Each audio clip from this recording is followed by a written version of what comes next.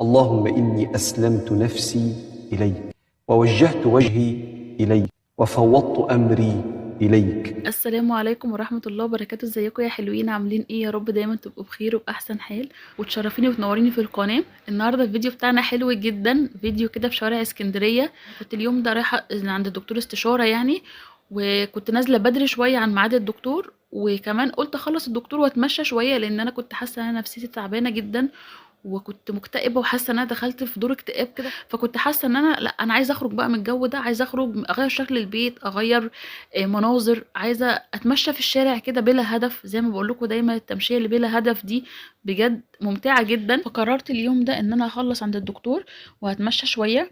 انتوا عارفين ان انا قاعده في العجمي، فعشان انزل سموحه طبعا مشوار طويل جدا.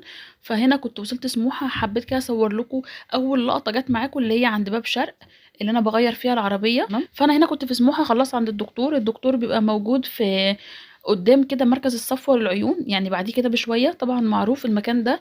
ده شارع فوزي معاذ، اللي هو بعد دوران مسجد علي بن ابي طالب. المهم ان انا هكمل تمشيه كده لحد قدام، وبعدين هكمل كمان الناحيه التانية تمشيه.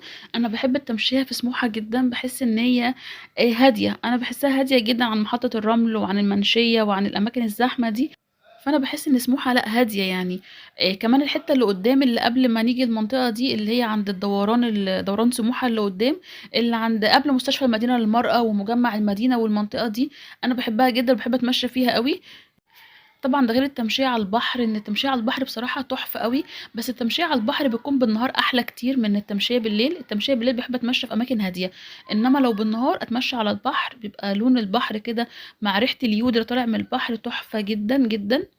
هي التمشية عامة جميلة، بحس ان انا غيرت جو وغيرت مناظر، عيني شافت حاجات مختلفة.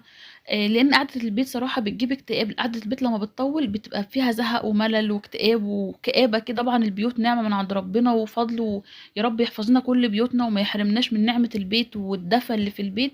بس برضو الواحد بيبقى محتاج ان هو يغير جو، لان كمان انتوا عارفين ان انا يعني عايشة بعيد عن أهلي. فطبعا يعني كل فترة بعيدة جدا لما بشوف أهلي وبشوف صحابي وبشوف قرايبي، فبحس دايما إن أنا بزهق بسرعة، لأن أنا كمان شخصية اجتماعية. أنا مش بحب الوحدة، أنا بحب الناس، بحب اللمة، الضحك والهزار والفرفشة.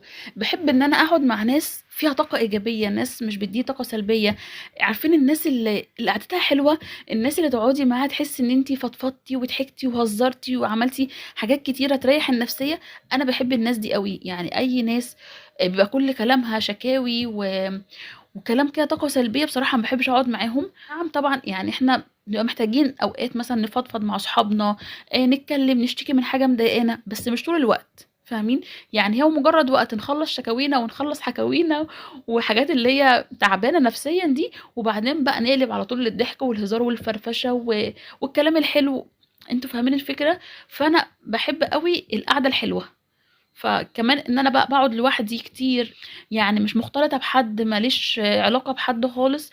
فده بيأثر عليا نفسيا يعني كل فترة كده بحس ان انا بدخل في مود اكتئاب صعب قوي، بس بحاول اخرج نفسي منه على قد ما اقدر، لان انا مش في ايدي او مش في وسعي ان انا اشوف اهلي على طول، او ان انا اشوف صحابي على طول واتجمع معاهم وكده. الموضوع بيكون صعب يعني لظروف معينة. اتكلمت كتير وفضفضت، وانا بحب جدا جدا اتكلم معاكم. بحس ان انا كده بتكلم مع صحابي واخواتي. بستنى كومنتاتكم الجميله اللي بتساعدني ودعواتكم الحلوه قوي اللي بفرح بيها. فربنا يخليكم ليا جميعا.